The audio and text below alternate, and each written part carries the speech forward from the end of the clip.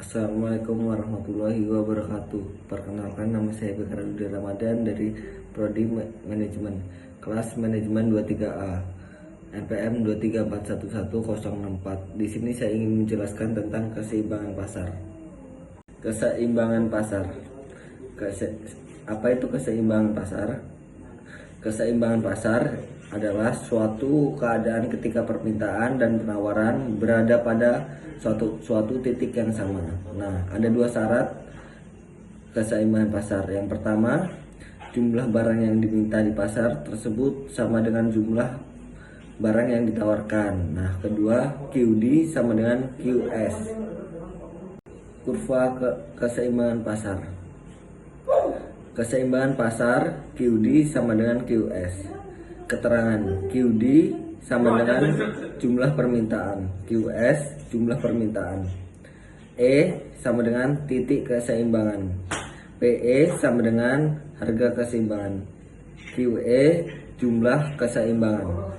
Proses terbentuknya harga pasar yaitu ada tiga. Satu, terbentuknya harga pasar dipengaruhi oleh faktor-faktor yang mempengaruhi permintaan dan penawaran. Masing-masing faktor dapat menyebabkan bergesernya jumlah permintaan dan jumlah penawaran. 3. Dengan bergesernya permintaan dan penawaran akan mengakibatkan bergesernya tingkat harga keseimbangan. Pergeseran harga dan keseimbangan pasar. Persamaan fungsi permintaan yang memiliki asumsi bahwa barang yang dipengaruhi oleh harga barang itu sendiri, faktor lebih dianggap tetap Cateria Prabhu.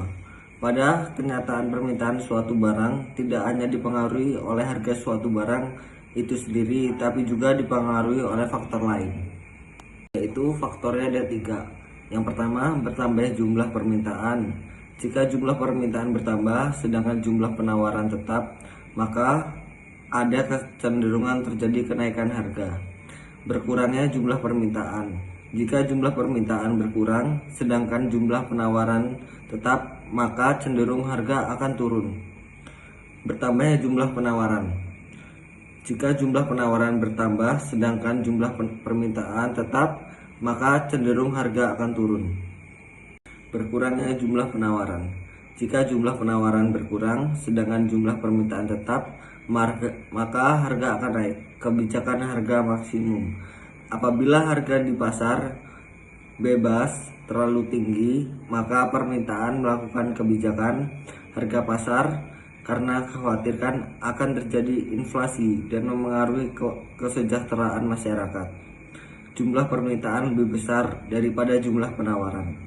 Dikenal dengan shock, di mana terjadi kekurangan pasokan barang, produsen jual dengan harga tinggi, sehingga pemerintah mengeluarkan kebijakan batasan harga tinggi untuk produsen menjual barangnya.